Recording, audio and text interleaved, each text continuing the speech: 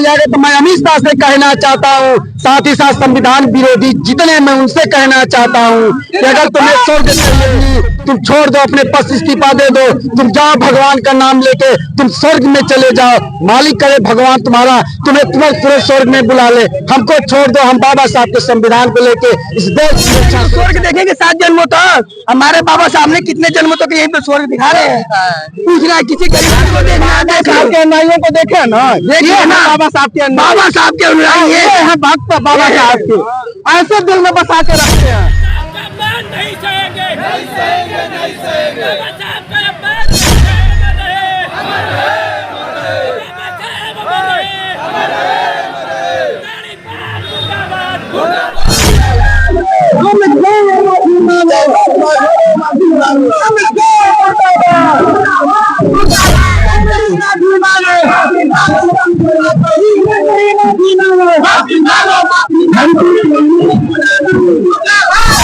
गाजीपुर जिले में आप देख रहे हैं विशाल जनसभा और विशाल धरना प्रदर्शन।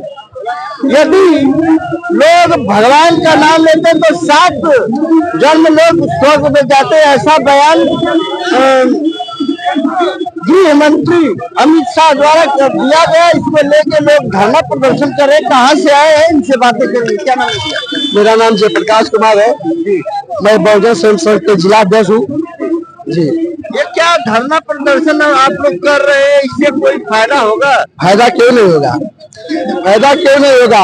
बाबा साहब के संविधान पे सब लोग चल रहे हैं। अमित शाह भी है तो बाबा साहब के संविधान से है, और गृह मंत्री बने तो बाबा साहब के संविधान से है।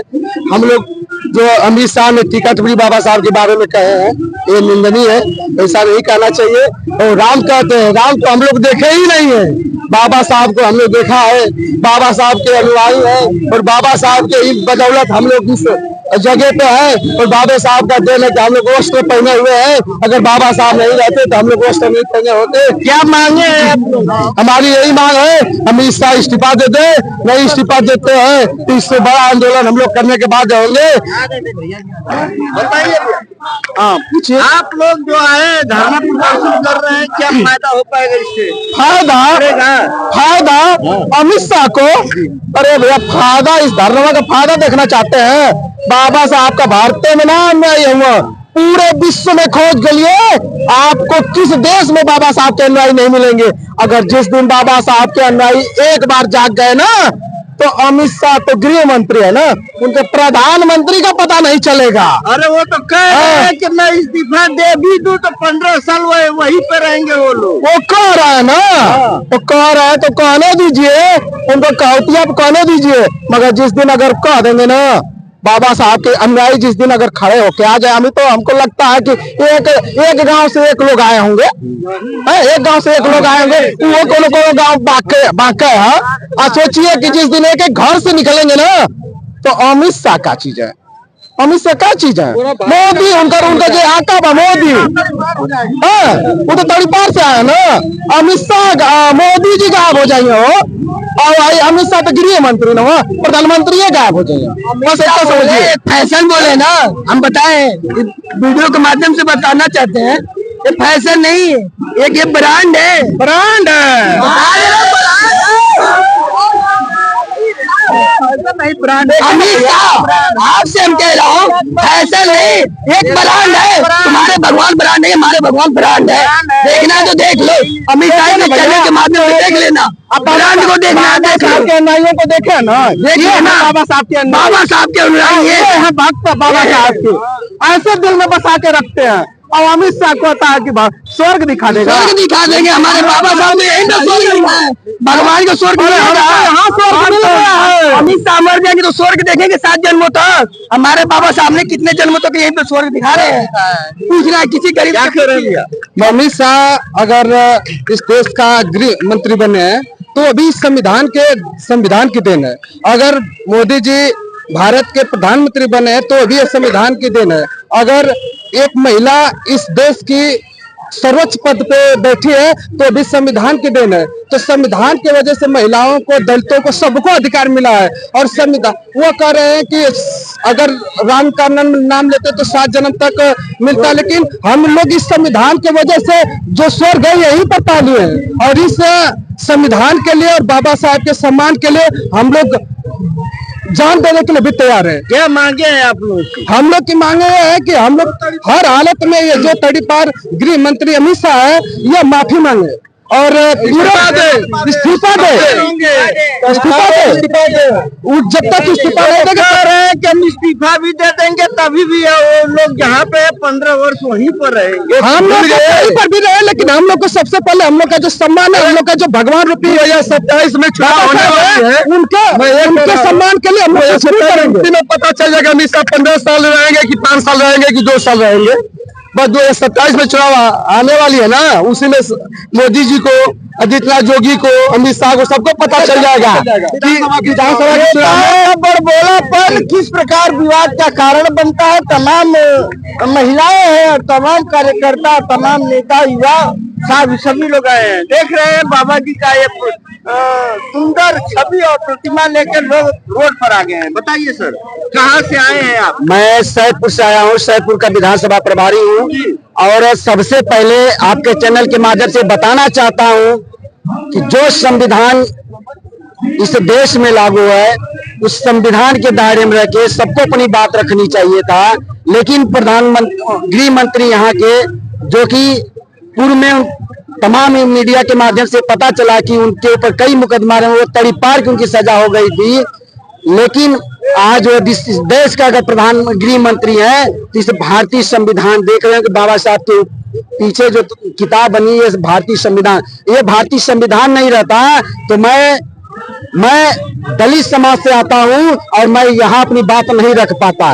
और अमित शाह ने जिस प्रकार से बाबा साहब को भरे संसद में अपमान करने का काम किए हैं, ये निश्चित है उनको ये देश से आवाज जा रही है, कोने कोने से आवाज जा रही है। अभी हम लोग बहुजन समाज पार्टी के आदर्श नेता हमारी मुखिया आदरणीय बहन कुमारी महतो जी ने आज 24 दिसंबर के लिए आह्वान किया था। एक बुलावे पे तमाम कार्यकर्ता साथी आज अपनी बात को मनवाने के लिए यहाँ आए हैं। हम लोग कहते हैं कि सार्वजनिक मंच से आके माफी मांगे, अगर ये माफी नहीं मांगते हैं तो इससे बड़ा आंदोलन होना होगा और आंदोलन ही नहीं होगा, ये पूरा बहुजन समाज, सौर समाज, दलित समाज, पिछड़ा समाज, अगड़ा समाज, जिसको सम्मान से जीने का अधिकार अगर किसी ने देने का काम किया है, उनके हक अधिकार को देने का काम किया है, दबे कुचले दबाए गए लोगों को मान सम्मान देने का काम किया है, महिलाओं को सम्मान देने का काम किए हैं, तो परम पूज्य डॉक्टर BR अम्बेडकर साहब देने का काम किए हैं और कोई नहीं कहा। अमित शाह के तरह